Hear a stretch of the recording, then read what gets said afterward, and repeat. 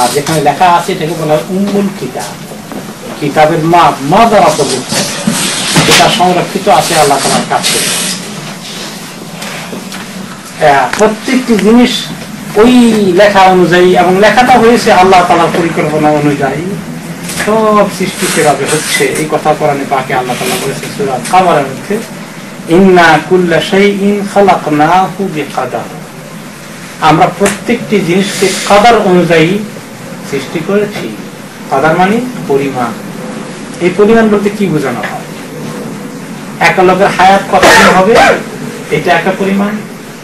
প্রত্যেকটি মানব সৃষ্টি বা প্রত্যেকটি সৃষ্টি কতদিন বাঁচবে, কতটুকু রিজিক পাবে, কি খাবে, কোথায় বিয়ে শাদী করবে, বাচ্চা কাচ্চা কটা হবে, কি চাকরি করবে, কোন দেশে তার মৃত্যু হবে, সবকিছু কাদারে লেখা হয়ে গেছে। এগুলো সহকারী সৃষ্টি হয়। ইন্না কুল্লা শাইইন খালাকনাহু বিকাদার।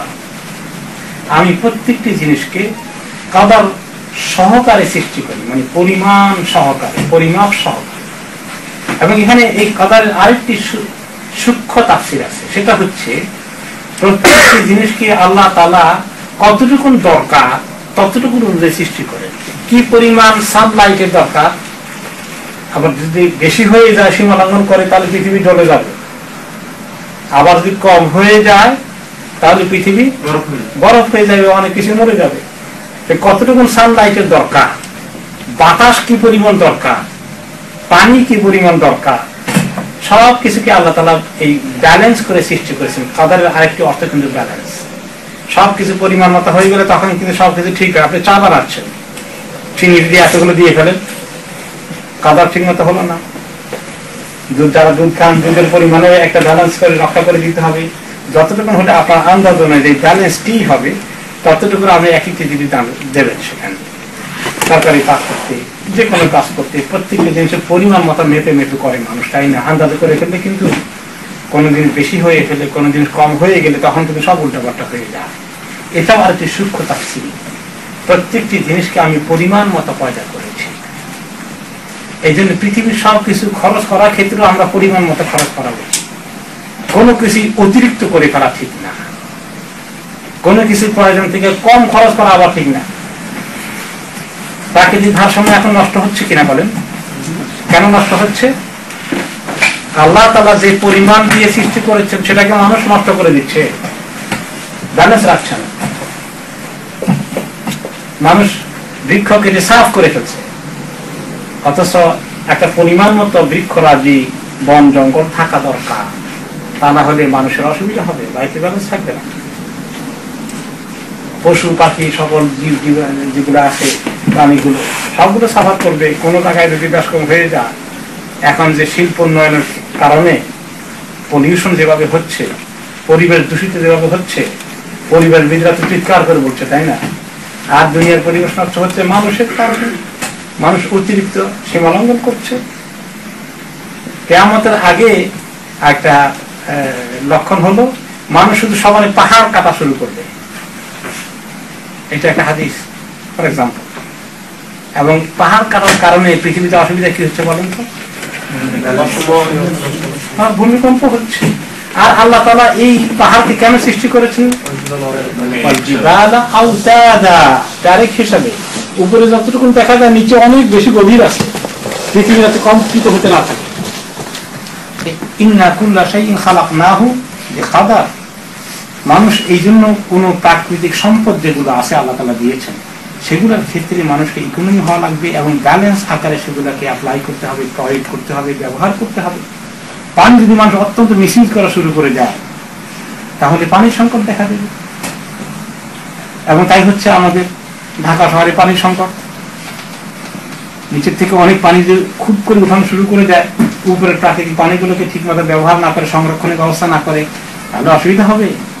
ঢাকা শহর এখন ডিসকাস করে আছে ভূমিকম্প, নিচের থেকে পানি উঠার কারণে। দেখছেন এখন ইন্না কুল্লা শাইইন খালাকনাহু বিকাদার। মানুষকে প্রাকৃতিক পরিবর্তনের মধ্যে হাত দিতে গেলে অনেক কেয়ারফুল হওয়া লাগে।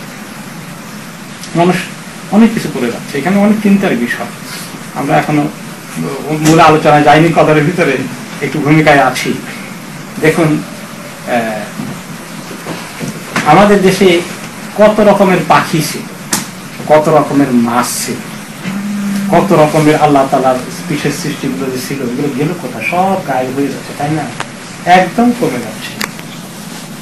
সারা দুনিয়াতে তাই হচ্ছে।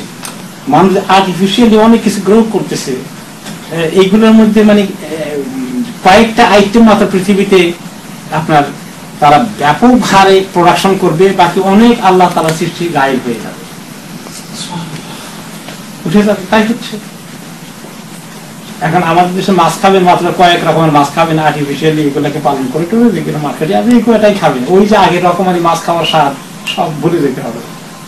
মানুষ হস্তক্ষেপ করার কারণে কি করেছে? এত সার প্রয়োগ করেছে, কেমিক্যাল সার প্রয়োগ করে টরে, তারপরে কীটনাশক ওষুধ প্রদান করে আল্লাহ তাআলার সৃষ্টি বুদ্ধি এত গন্ডগোল করে ফেলেছে যে এখন কীটনাশক ওষুধ প্রয়োগের ফলে এবং কেমিক্যাল সার প্রয়োগ করার ফলে আমাদের দেশে মাছের ডিম সহ গোষ্ঠী সহ সাপ হয়ে মরে যাচ্ছে, মাছের পচন ধরে ধরে সব মরে যাচ্ছে। আমার মনে আছে, আমার বয়সটা এখন অ্যারাউন্ড 54 প্রবাবলি। আমি যখন বয়স আমার 15-20 এরকম, তখন মনে আছে আমাদের দেশে বৈশাখ মাসে যখন বৃষ্টি হতো, ক্ষেতের মধ্যে পানি জমে যেত, একটু আর্লি বৃষ্টি হয়ে গেলে এবং এই এক বিঘা অথবা 1 হাঁটু পরিমাণ পানি হতো, আর ওই সময় এত কই মাছ ফুটতো, আনবিলিভেবল।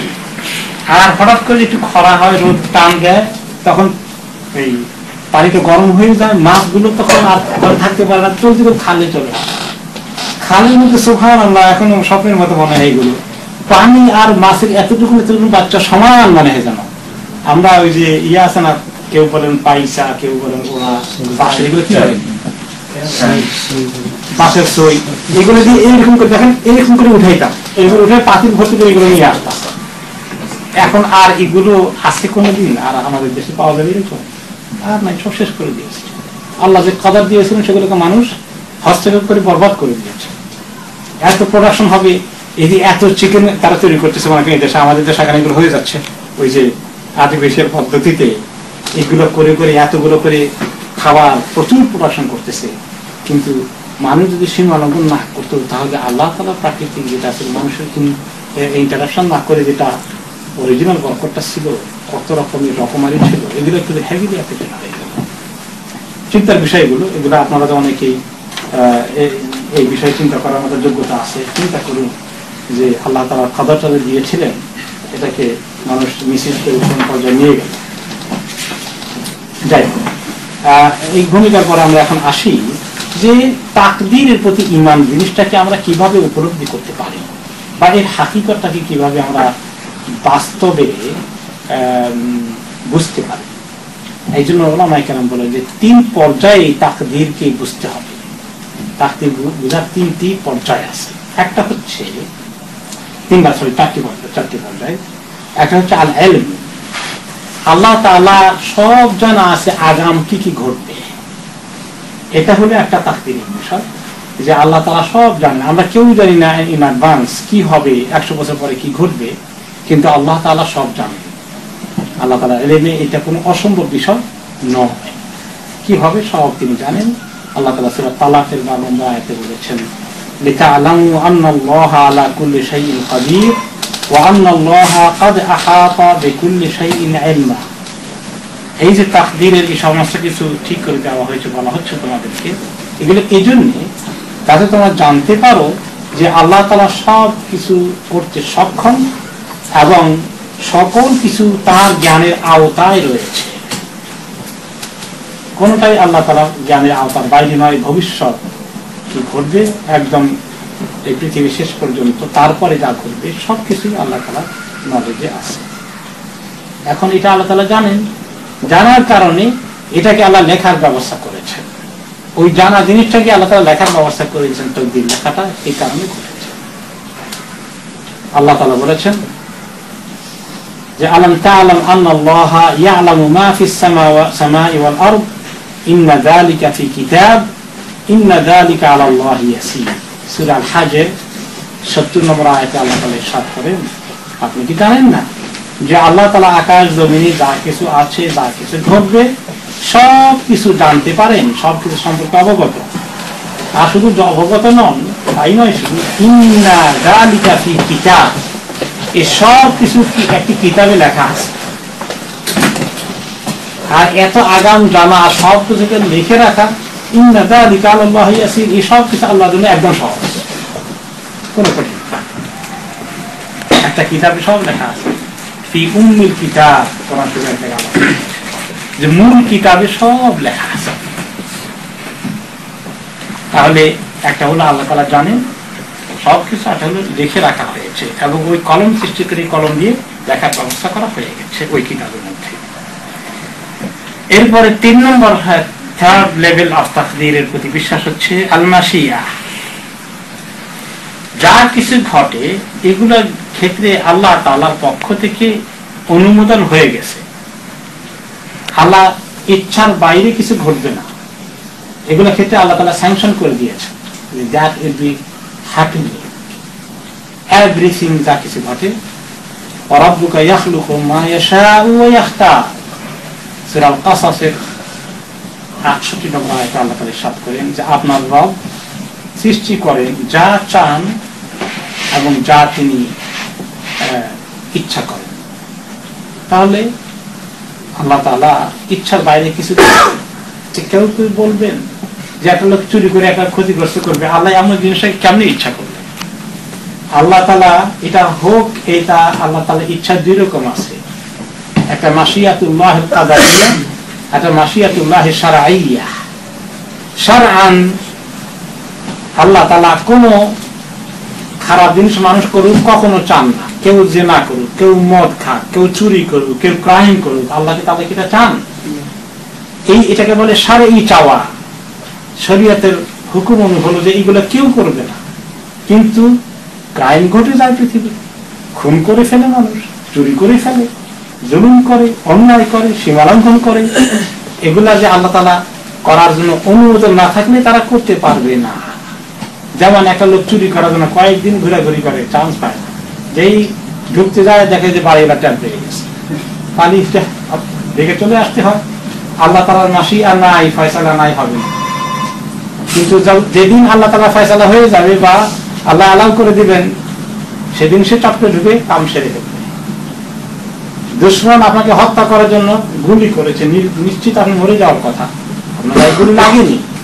কেন লাগেনি? যে আল্লাহ তাআলা চান না আপনি এইভাবে মৃত্যু, কিন্তু আরেকজনকে গুলি করে দিয়েছে, সে মরে গেছে, এটা আল্লাহর ফয়সালা হয়ে গেছে, সে এইভাবে মারা যাবে। আল্লাহ তাআলা এটাকে পছন্দ করেন না, কিন্তু এখানে আল্লাহ তাআলা অনুমোদন দেওয়া আছে, without his sanction nothing will happen. গাছের একটি পাতাও পড়ে না আল্লাহ তাআলার অনুমোদন না থাকে। তাহলে 3 নম্বর হচ্ছে যে আল্লাহ তাআলার ইচ্ছার বিরুদ্ধে কিছুই ঘটবে না। এই জন্য মুমিন বিপদগ্রস্ত, বিপদে পড়ে গেলেও খুব আফসোস করে, হতাশ হয়ে, পাগল হয়ে যাবে না, মনে করবে আল্লাহর পক্ষ থেকে পরীক্ষা ঘটে গেছে।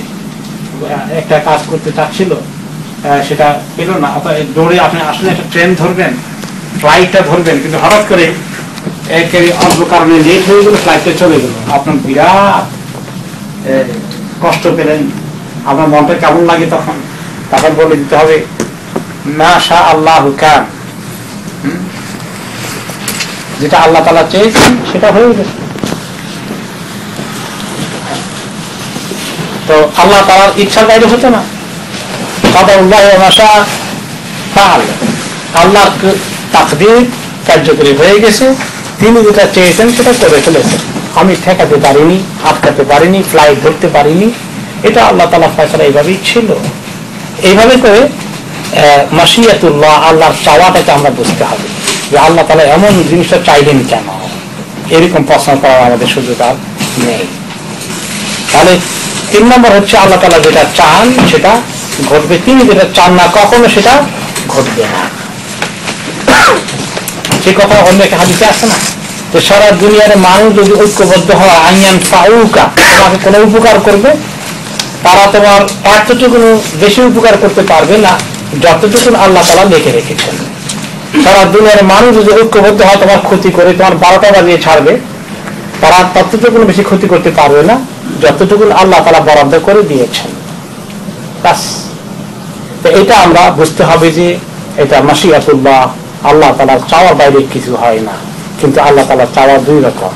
এজন্য চোর বলতে পারবে না যে আল্লাহ না চাইলে তো আমি চুরি করতে পারতাম না, চুরি যখন করতে পারছি তখন আল্লাহ চাইছেন, তো আমাকে ধরবেন কেন, এইটা বলার সুযোগ নেই। তার ক্রাইমের জন্য আল্লাহ তাআলা আমাকে পাকড়াও করবেন, কারণ আল্লাহ তাআলা বলে দিয়েছেন চুরি করো না, খারাপ জিনিস। ওকে, তা 3 নম্বরটা হয়ে গেল। 4th লেভেলে হলো আল খালক, যে আল্লাহ তাআলা সব কিছুর সৃষ্টিকর্তা, মানুষ কেউ কিছু সৃষ্টি করতে পারে না।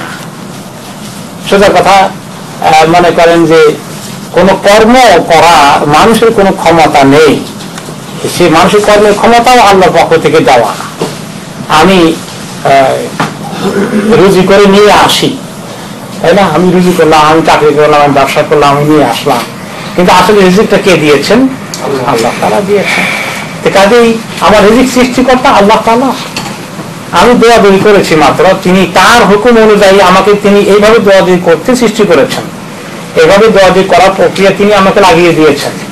কিন্তু আসলে খালক, সৃষ্টিকর্তা বা প্রত্যেকটি জিনিসের ফয়সালা দেনেওয়ালা, সৃষ্টি করেনেওয়ালা, কাজটা হওয়া না হওয়া সম্পূর্ণ আল্লাহ তাআলার উপর নির্ভর করে। যেটাকে আমাদের তবলিগের ভাইরা এক ভাষায় বলেন, যা কিছু হয় নাকি, কোনো কিছুতে কোনো কিছু হয় না, যা কিছু হয় সব আল্লাহর কাছ থেকে হয়। যদি এটা কালেমার অর্থ বলা প্রচন্ড ভুল। তবলিগের বয়ানে কেউ ছিলেন কোনো সময়?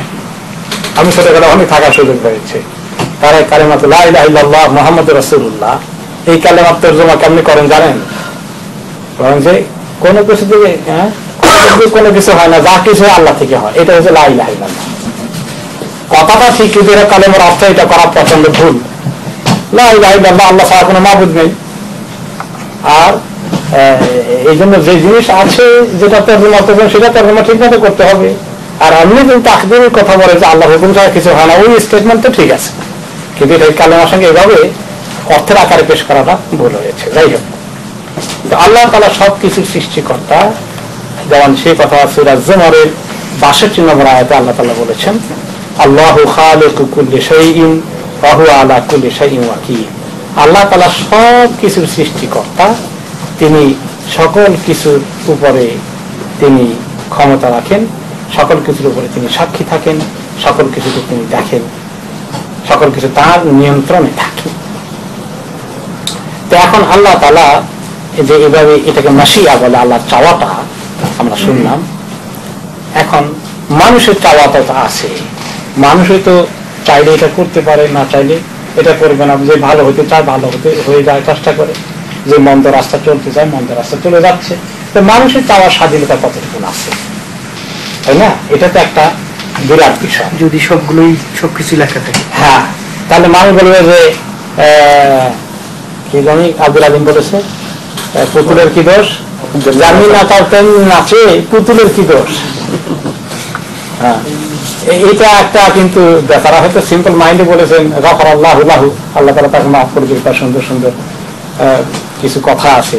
যদিও গান বাজনা তো ইসলামে রাইট না, কিন্তু তার ওই পরের জায়গা, পরের জমিন ঘর বানাইয়া আমি রই, আমি তো সেই ঘরের মালিক না, এই কথাটা আমাকে সাংঘাতিক ভাবে ইয়ে করে, মেসেজ দেয়।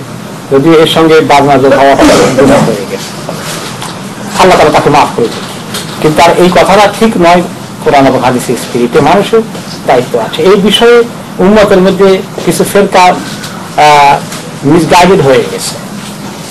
এই মানুষের ইচ্ছা আর আল্লাহর ইচ্ছা, এই দুটোর মধ্যে কিভাবে ব্যালেন্স হবে, এখানে সঠিক বুঝ না থাকার কারণে উম্মতের দুইটা গ্রুপ মিসগাইডেড হয়ে গেল।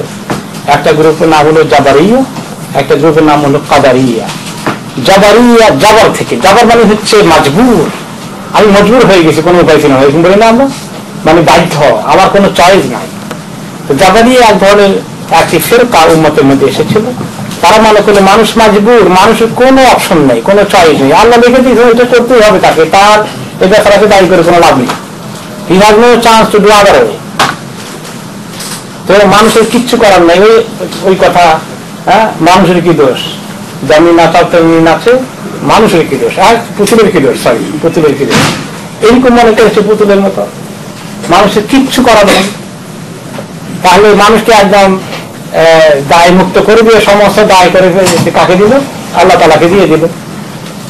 এই হলো জাবারিয়া, এটা ইসলামিক দৃষ্টিতে রাইট আকীদা না। আর কাদারিয়া কি করলো? তারা কাদারকে ডিনাই করলো। কাদার আবার কি? সব তোমার কাজ, তুমি যা করবে তাই হবে, তুমি ভালো হতে চাইলে ভালো হবে, খারাপ হতে চাইলে খারাপ হবে। তুমি কাজ করলে টাকা পাবা, আর ঘরে শুয়ে থাকলে পয়সা পাবা না। এটা সব তোমার হাতে, আল্লাহর হাতে কি? আল্লাহ তার হাতে তারা, তুমি যেটা চাও সেটা আল্লাহ তোমাকে দিবেন বাড়ি বা মানে আল্লাহর হাতে কিছু রাখে নাই তারা, সব কিছু মানুষের হাতে দিয়ে দেবে। আর ওরা সব দিয়ে দিল আল্লাহর কাছে মানুষকে আর কিছু দিল না। এই জাবারিয়া কাদারিয়া দুইটাই চরম দুইপন্থী বিভ্রান্ত উম্মতের এই দুইটা করো তায়েফা। কিন্তু এই দুটোর মাঝখানে হচ্ছে আহলুস সুন্নাহ ওয়াল জামাআহ। আহলুস সুন্নাহ ওয়াল জামাআহ হলো এই দুটোর মধ্যে ঠিক মাঝখানে অবস্থান করছে। তারা বলে যে আল্লাহ তাআলার মাশিয়া যেমন ইচ্ছা বাইরে কিছু ঘটে না ঠিক, কিন্তু আল্লাহ তাআলা মানুষকে কিছু ইচ্ছা স্বাধীনতা দান করেছেন। লিল আবদি মাশিয়াতুন ওয়া ইখতিয়ার, সৃষ্টির জন্য মাশিয়াত রয়েছে, তার ভালো মন্দ বাছাই করার তার স্বাধীনতা আল্লাহ তাআলা তাকে দিয়েছেন। শরীয়তের মধ্যে আল্লাহ তাআলা বলেছেন, যেমন সূরা তাকওয়ির ইযা শামসু কুওয়াত ওখানে আছে 28 নম্বর আয়াতে, লিমান শাআ মিনকুম আইয়াস্তাকিম। দেখো এই কোরআন হিদায়াত দেবে, ইসলাম তোমাদেরকে হিদায়াত দিবে যারা চায় আইয়াস্তাকিম, ইস্তিকামত অর্জন করতে, যারা চায় সঠিক পথে আসতে। ফামান শাআ ফালিউমিন ওয়া মান শাআ ফালিয়াকফুর। অন্য আয়াতে আল্লাহ তাআলা বলেছেন যে চায় সে ঈমান আনবে, আনুক, আর যে চায় কুফরের রাস্তায় যাবে যাক। আমি কাউকে জবরদস্তি হেদায়েতের দিকে নিয়ে আসবো না, সবাইকে আমি ইখতিয়ার দেব। তুমি ইচ্ছা করে সঠিক রাস্তা চুজ করছো না তুমি রং রাস্তা চুজ করছো, এটাই তো তোমার পরীক্ষা। লিয়াবলুয়াকুম আইয়ুকুম আহসানু আমালা। এই পরীক্ষা করার জন্য আল্লাহ তাআলা আমাদেরকে সৃষ্টি করেছেন, এই ইখতিয়ার দিয়েছেন, এই স্বাধীনতা দিয়েছেন। তবে এই স্বাধীনতার একটা লিমিট আছে, তাই না? লিমিট আছে না? লিমিট আছে যে আমার চাওয়া প্রচেষ্টা যথেষ্ট নয়, এখানে আল্লাহ তাআলার স্যাংশন লাগবে, তাহলে কার্যকরী হবে। আমি অনেক ইভিল প্ল্যান করতে পারি, নাউযুবিল্লাহ। আমি পারলে কি সব সাকসেসফুল হয়ে যাব? কোন কোন সময় হই, কোন কোন সময় হই না। তাহলে ফাইনাল এক জায়গায় আছে। তাহলে আমার চাওয়ার উপরে আল্লাহ অনেক কিছু আল্লাহ তাআলা আমাকে দেবেন ঠিক। আমি যদি চাই হিদায়াত, আল্লাহ কাছে আল্লাহ হিদায়াত দেবেন, এই জন্য শিখিয়ে দিয়েছেন, বলো ইহদিনাস সিরাতাল মুস্তাকিম, চাও আল্লাহ তাআলার কাছে। আমি চাইতে হবে, কামতে হবে, আরাধনা করতে হবে, তাহলে আল্লাহ তাআলা আমাকে আস্তে আস্তে হিদায়াত স্যাংশন করে দেবেন।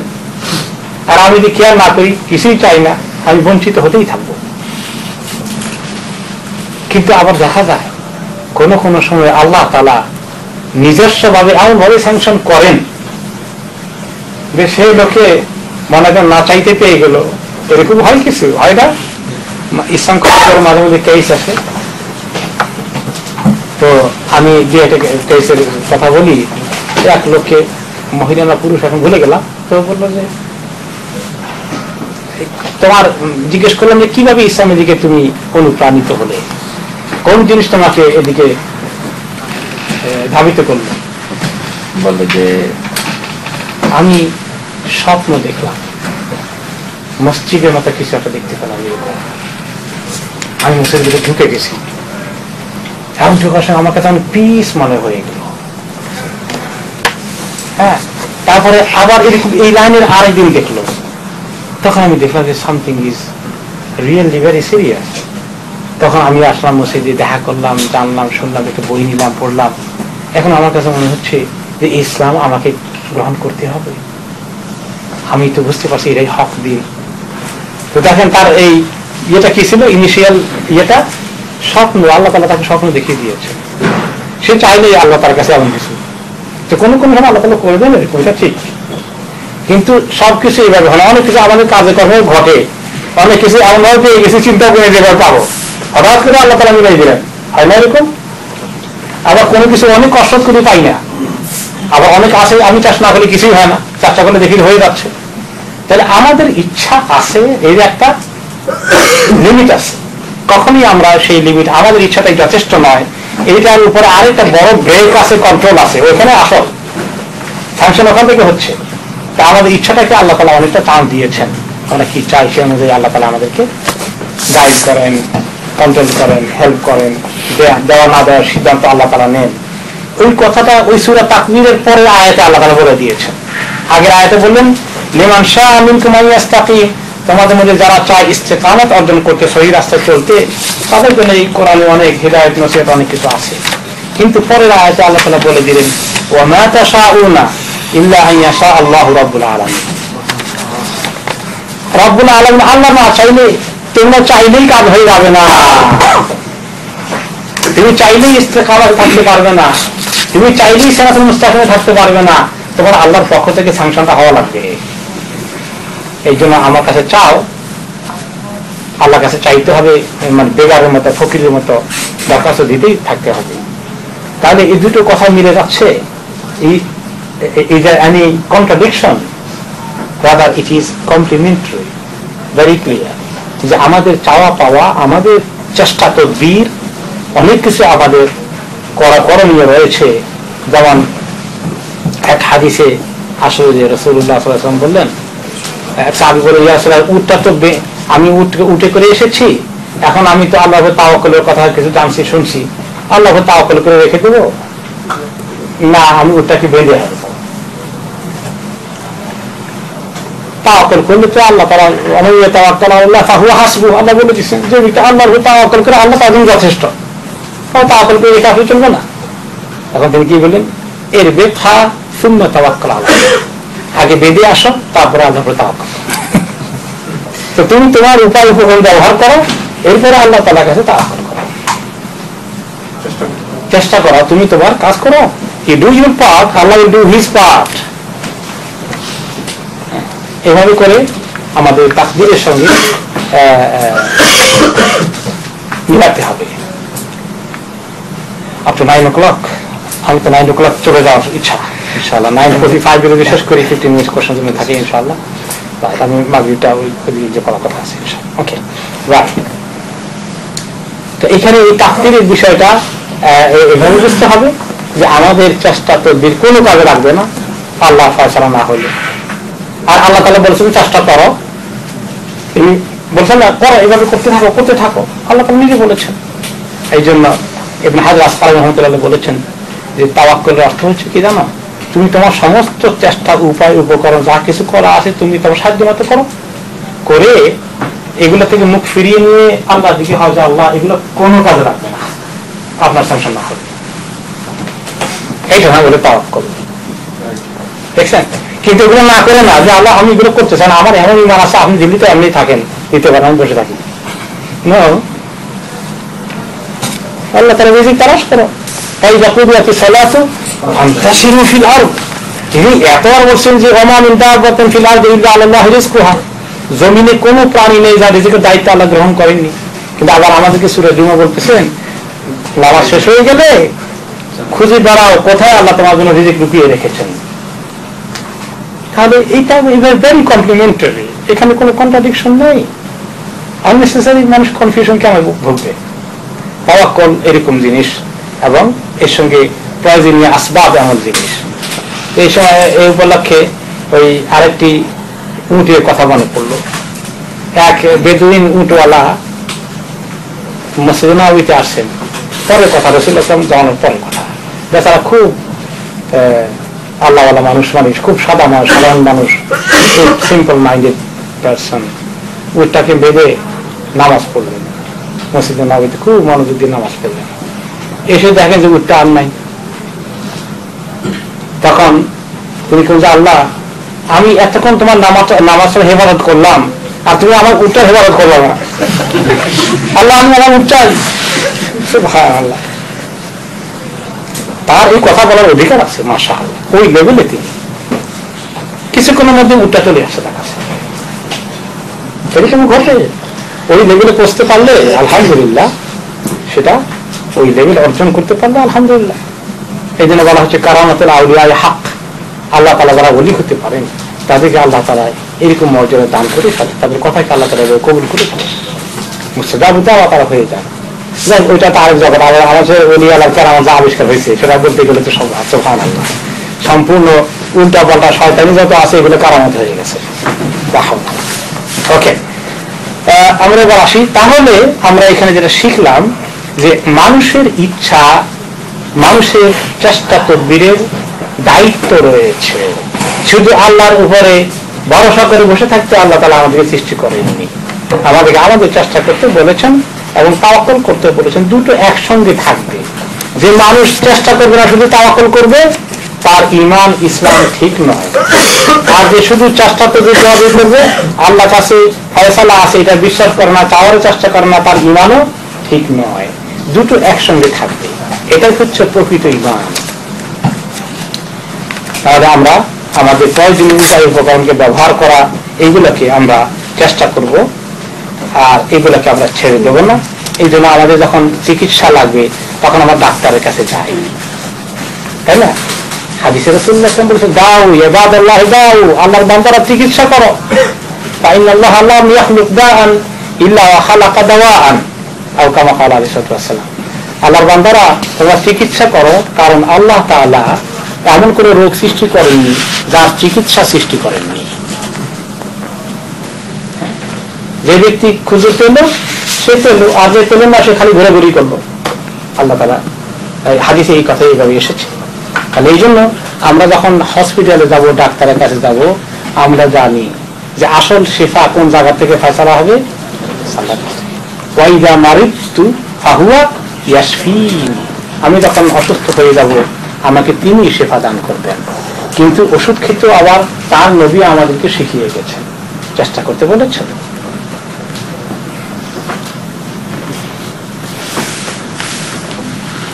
এরপরে আমরা আসি যে এই তাকদীরের বিষয়ে এখন কারো বুঝে আসে না, আচ্ছা ওই জিনিসটা এইভাবে হলো কেন, এটা আমার বুঝে এখনো আসলো না, এটাকে কি নিয়ে খুব বেশি প্রশ্ন করতে থাকা। দুটো জিনিস নিয়ে বেশি প্রশ্ন করতে আসলে নিষেধ করেছে। একটা হচ্ছে শয়তান এসে তোমাকে জিজ্ঞেস করবে যে তাকদীর এটা কেমনে হলো, ওটা কেমনে হলো। বেশি প্রশ্ন আসলে তখন থেমে যাবা, আর তাকদীর নিয়ে তুমি বেশি নাড়াচাড়া করবা না। আর একটা হলো যে আচ্ছা সব তো আল্লাহ সৃষ্টি করেছেন, আল্লাহকে সৃষ্টি করেছে কি, নাউযুবিল্লাহ। এই দুটো দিকে শয়তানের বড় হাতিয়ার, যে এই দুটোর দিকে গেলে তুমি চুপ, আর আগাবা না, তোমার মাইন্ডকে ডাইভার্ট করার দিকে নিয়ে যাও। এটা নিয়ে গবেষণা করা, চর্চা করা, প্রশ্ন করা, ডিবেট করা, এই কাজে যাবা না, এটা নিষেধ। অনেক হাদিস এসেছে, নবী করিম সাল্লাল্লাহু আলাইহি ওয়াসাল্লাম নিষেধ করেছেন উম্মাহকে। একটা হাদিসে এসেছে রাসূলুল্লাহ সাল্লাল্লাহু আলাইহি ওয়াসাল্লাম একদিন বের হয়ে আসলেন, খারাজা যাতা ইয়ামিন ওয়ান নাসু ইয়াতাকাল্লামুনা ফিল কদর। তিনি শুনতে পেলেন কিছু সাহাবী বসে তাকদীর সম্পর্কে একটু ডিবেটের মতো আলোচনা করছে। তখন তিনি কি করলেন, তিনি রাগ হয়ে গেলেন। ফাকান্নামা তাফাক্কা ফি ওয়াজহিহি হুব্বার রুম্মান মিনাল গাদাব। উনি এত রাগ হয়ে গেলেন, মনে হলো যে রুম্মান চিনেন তো, ডালিম, ডাবে ডাঙা বলে বড়গুলোকে, এগুলো লালচে যেগুলো হয়, মনে হলো যে রুম্মানের বেদনা বা এগুলোর বিচি এটা খুলে রস ওনার চেহারায় লাগিয়ে দেওয়া হয়েছে, তার মানে লালচে হয়ে গেছে। রাগের কারণে তিনি একটু চেহারা ওনার লাল হয়ে গেল সাহাবীদের এই বিষয়ে ডিবেট করতে দেখে। তারপরে তিনি তখন বললেন, সাবধান করে দিয়ে, মা লাকুম তাদরিবুনা কিতাবাল্লাহি বা'দাহু বিবা'দ বিহাদা হালাকা মান কানা ক্বাবলাকুম।